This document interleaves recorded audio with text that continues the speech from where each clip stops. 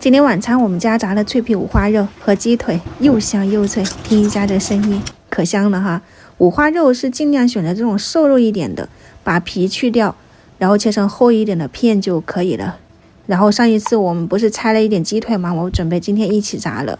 腌制就要用到这种潮汕的南乳汁，颜色比较红润，然后就独特的风味。我放了2勺进去，再淋入生抽，可能就是大概3-4勺左右，1勺白糖，再来一点蒜啊、生姜、葱，一点点白胡椒粉，给它们抓捏均匀。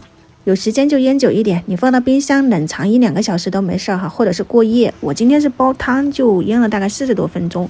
今天的汤是这个冬瓜薏米排骨汤，排骨提前焯水，再和薏米一起放到开水锅里面，小火先给它煲大概30多分钟。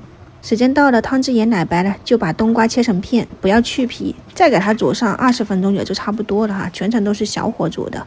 这边腌好的肉片，把葱姜蒜全部捏出来，然后再加入一点红薯淀粉，抓捏均匀，薄薄的裹上一层那个红薯浆就可以了，就像这样子。鸡腿也是一样，不过肉比较厚啊，我觉得可能炸鸡翅会比较好吃。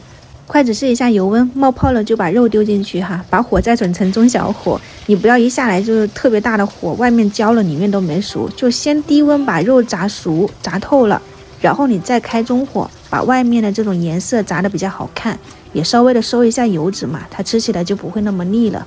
炸好了以后你就稍微捞出来控干，脆皮五花肉搞定。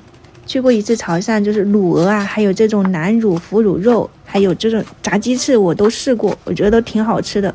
就去那边他要排很久的队，今天在家里面试了一下，真的是挺不错的，又脆又香，独特的南乳风味。你看弹琴的都不弹了，偷偷来碾着吃了。